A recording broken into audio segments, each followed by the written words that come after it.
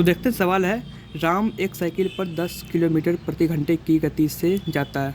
राम के पास एक साइकिल है और वो उसका स्पीड क्या है, 10 किलोमीटर प्रति घंटा। प्रत्येक 20 किलोमीटर की दूरी के बाद वह 20 मिनट आराम करता है। ठीक है, प्रत्येक 20 किलोमीटर की दूरी के बाद वह 20 मिनट आराम करता है। तो 80 किलोमीटर की दूरी वह कितने समय में पार करेगा। ठीक है, ये हमारे पास क्वेश्चन। मान के एक राम है, वो साइकिल से जा रहा है कहीं पे, उसका एवरेज स्पीड क्या है, 10 किलोमीटर प्रति घंटा है। वह 20 किलोमीटर जब साइकिल चलाता है वो, तो 20 मिनट वो आराम करता है। 20 किलोमीटर वो साइकिल चलाया, फिर 20 मिनट वो आराम करता है। ठीक है, यानी कि रुकता है, आराम करता है। फिर वह 80 किलोमीटर की दूरी तय करता है, तो कितना टाइम लगेगा उसको। ये पूछ रहा है यहाँ पे, 80 किलोमीटर की दूरी तय करने में कितना समय लगेगा, कितना समय में पार कर लेगा। वही टाइम, मतलब वही यहाँ पे पूछ रहा है कि 80 किलोमीटर का वो जब दूरी तय करेगा तो उसको कितना टाइम लग जाएगा। ठीक है, तो इसको हम देखते हैं कैसे इसको सॉल्व करना है। पहले देखिए आप, अगर राम 20 किलोमीटर जाने के बाद अगर 20 मिनट नहीं रुकता, यानी सीधा चलते रहता 80 किलोमीटर तक, तो वो 80 के स्पीड से जा रहा है, मतलब 80 किलोमीटर उसको चलना है 10 के स्पीड से, तो वो 8 घंटे में पहुँच जाता। 8 घंटे में पहुँचता वो। टोटल उसको टाइम कितना लगता है, 8 घंटे लगता टाइम। अगर वो रुकता नहीं तो, और क्या कंडीशन है यहाँ पे, अगर वो रुकता नहीं, यानी कि 20 किलोमीटर के बाद जो वो रुकता है, अगर वो नहीं रुकता तो वो 10 की स्पीड से जैसे वो जा रहा है, तो 8 घंटे में वो पहुँच जाता जहाँ उसको पहुँचना था। 80 किलोमीटर की दूरी कितना 8 घंटे में वो तय कर लेता। लेकिन वह क्या कर रहा है, 20 किलोमीटर जा रहा है और 20 मिनट रुक जा रहा है। ठीक है, यानी कि मान लीजिए यहाँ से यहाँ तक का दूरी है 20 किलोमीटर, कितना है, 20 किलोमीटर है। अब बताइए यहाँ से यहाँ तक वो 20 किलोमीटर गया, यहाँ फिर ये 20 मिनट का रेस्ट करेगा, किया उसने।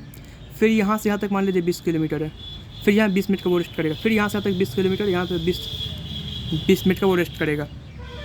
फिर यहाँ से यहाँ तक ये 20 किलोमीटर है, 20 किलोमीटर है। बताइए यहाँ पे क्या हुआ, यहाँ से यहाँ तक जब वो 20 किलोमीटर चला तो 20 मिनट का टाइम लिया रेस्ट करने का।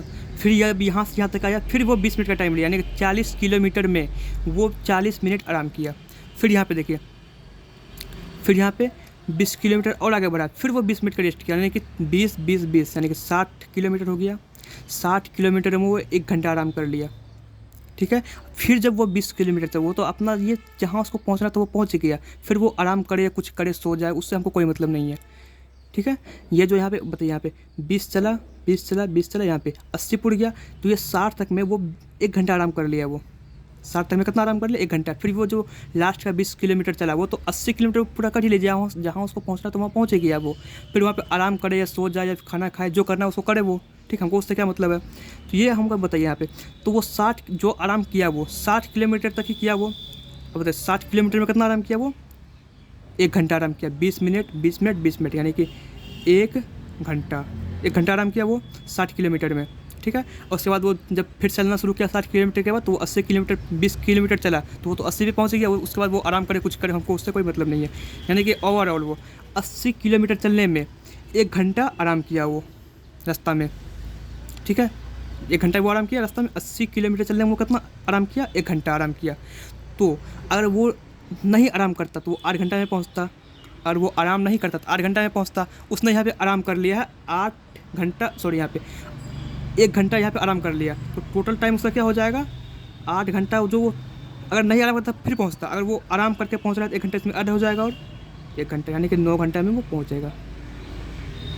ठीक है, यानी कि वो 9 घंटे में 80 किलोमीटर दूरी तय कर लेगा। ये हमारा आंसर है। कहाँ है 9 घंटा, ये है 9 घंटा।